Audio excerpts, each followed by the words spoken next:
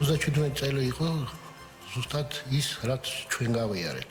ის რასაც გიორგი აბდალაძე 1937 წლის რეპრესიებს ადარებს 2011 წელს მოხდა. თითქმის 14 წლის შემდეგ კი საკუთარი მძიმე ისტორიის მოყოლა საგამოძიებო კომისიის ხდომაზე მოუწია. ფოტოგრაფმა ჯერ 26 მაისის აქციის დარბევის სისასტიკე გაიხსენა, შემდეგ კი ბრალი, რომელიც ამ სისასტიკის ფოტოებზე აღბეჭდისთვის დასდეს და ჯაშუშად გამოაცხადეს.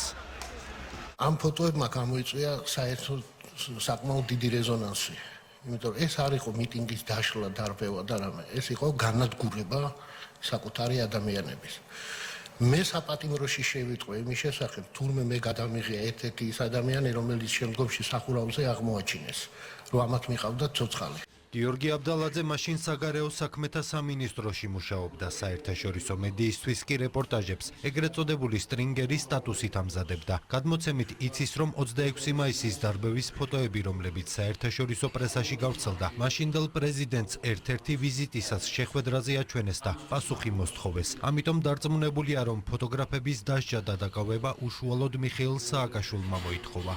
მანქანაში რო ჩაფხსეს ხო იცი ხა რადგან დაგიჭირეთ რა დამიჭირეთ მეთქი რა სისულელია აბსურდია გაირკვევა ყველაფერი უახლოეს მომავალში მეთქია დამიწყეს გინება ამიყვანეს გდანის ციხის დირექტორთან კილერასთან ეგრეთო მე გავიგე რომ ზედმეტ სახლი კილერი ქონია ბატონი მუხაძე ეხლა როგორ ახარო მე ვთხარ რავი ნორმალურად როგორც პატიმარი ჩვეულებრივად აი ხვალი დაიწყება თქვენი ამბებიო დედის იმის და ამის და გინებით და ემით.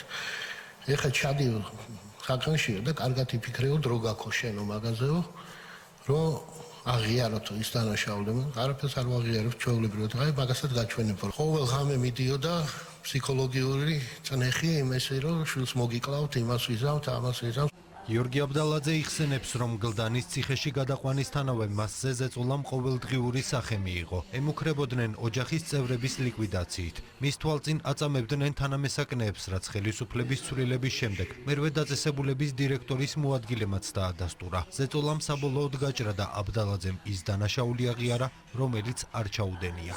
მიდის ლაპარაკი ოთახში, სადაც არის ეს დევნოზაშვილი და კიდე ვიღაცეები და შენ ეხლა მობილურით უნდა ჩაგწერო რომ აჩვენოთო იქო ვიღაცეებს სავარაუდოდ ვანოს უნდა აჩვენო ერთმანეთში გამათობენ მე როგორ უნდა ვაღიარო რაღაცა ბოდვა ხო და ის ეუბნება არაო მაგისო გადაწერა არ გამოვაო და აბა როგორო რაღაცა და მე აქედან უშველი მაგრამ მე ვთქვა ფოტო გადავიღეთ ეგრე შეიძლებაო კი მე ვთქვა ჩათვალე რომ შეიძლება თქო რა მნიშვნელობა აქვს ჩვენ დასკვნაში ძალიან მნიშვნელოვანია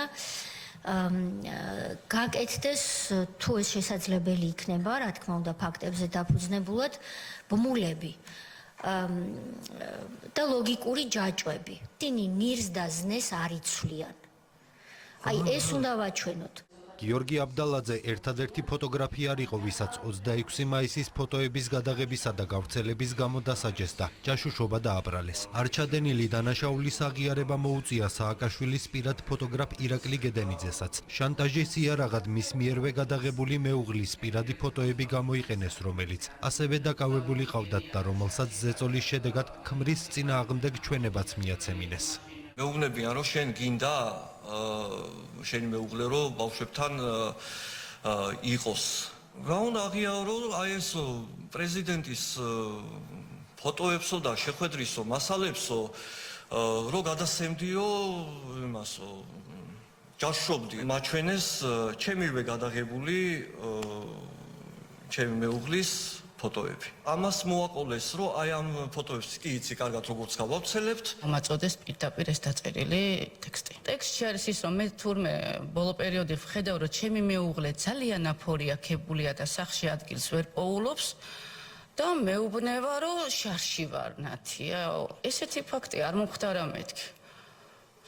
ego ვინიც ისო თქვიო, რომ ისო და ეს აუცილებლად უნდა მეთქვა, რომ იქ ეწერა ეს ცოტა გაბოლდებით რომ ვთქვათ, რომ შარში ვარო. მერე მოხდა ის ფაქტი, რასაც აღიარებითი ჩვენების ეგრეთ წოდებული დაზეპირება ქვია და მომიწია ამ ყველაფრის კამერასთან მესამე დუბლით ჩაწერა.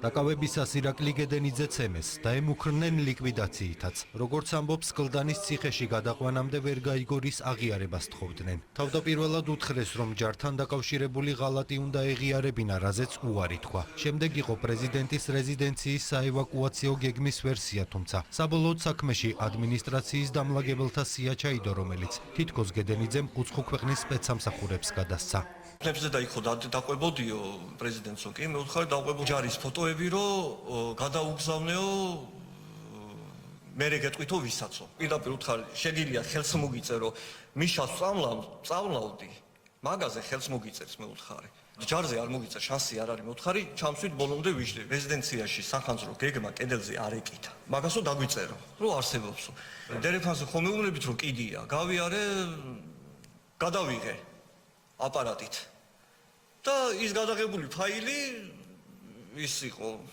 მივაწოდე ეგ დავწეროთ მე ვუთხარ ეგო რა კაი რაღაცა გითხარიო აპარატს აქვს ესეთი რაღაცა რომ იწერება დრო ავტორის სახელი გვარი რომელიც ჩემ ყველა გადაღებულ კადრს აწერია ამას რო გააკეთებდნენ ჩემი აპარატურა ხო მაგათთან იყო დაჭერილი ვიყავი და ვერანაირად ვერ გადავიღებ დაკავებულ ფოტოგრაფებს წინასწარ გამზადებული ტექსტებით ბრალი აღიარებინეს და გაათავისუფლეს. ციხიდან გამოსვლის შემდეგ რამდენიმე დღეში კი ირაკლი გედენიძე მიხეილ სააკაშვილს შეხვდა. მოკლე გასაუბრების შინაარსი გედენიძემ საგამოძიებო კომისიის წევრებს გააცნო.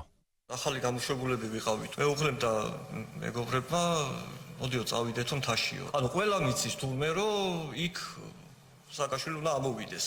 დამიძახა და ისაო მოდიო ეთიო კითხვა მაქვსო ვინ გაგიჩალიჩაო თვითონ ახსენა ვანო დახავია რომელმა ვის უნდა გაიჩალიჩებიან აი ეს შეუბრუნე კითხვა ვანოს და მასო ახალაიას 2011 წელს ჯაშუშობისთვის გასამართლებულმა ფოტოგრაფებმა საკუთარი უდანაშაულობა ხელისუფლების ცვლილების შემდეგ დაამტკიცეს. ახალი გამოძიების ფარგლებში მათ ფსიქოლოგიური შემოწმების გავლა მოუწიათ. დასკვნის თანახმად მორალური ტკივილი და ზიანი, რომელიც მათ მიადგათ 14 წლის შემდეგაც არსად გამქრალა.